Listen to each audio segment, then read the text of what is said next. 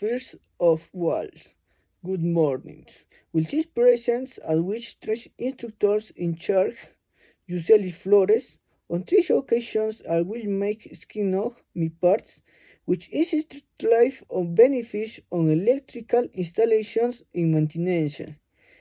Electrical maintenance is a critical aspect on supporting electrical systems, implying vital roles in a wide range of sectors, from residential and commercial buildings to industrial facilities.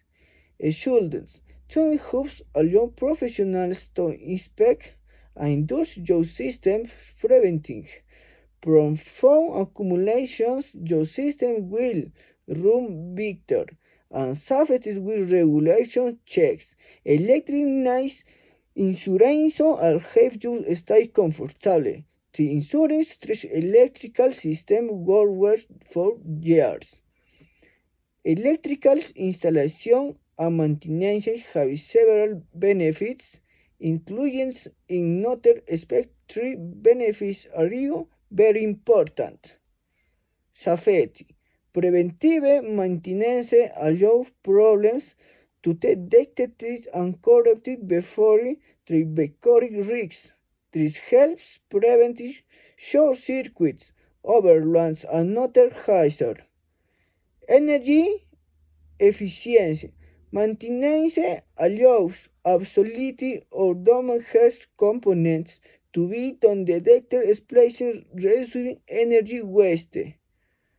Cost saving. Early detection and resolution and problems prevent surging damage that results in more expensive repairs. Equipment reachability. Regular maintenance reductive a leakables or noses breakdowns. Less impacts on the electricity bill.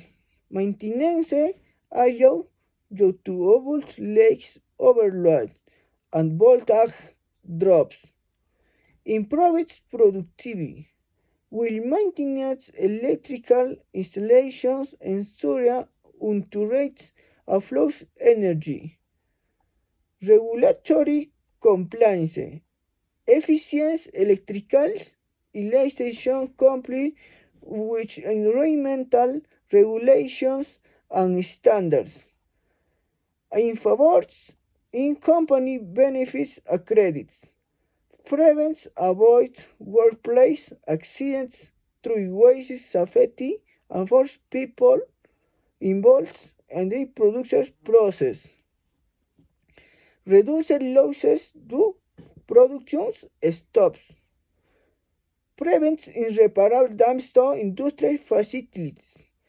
Increases use of equipment. Improves quality of industrial activity. Thank you.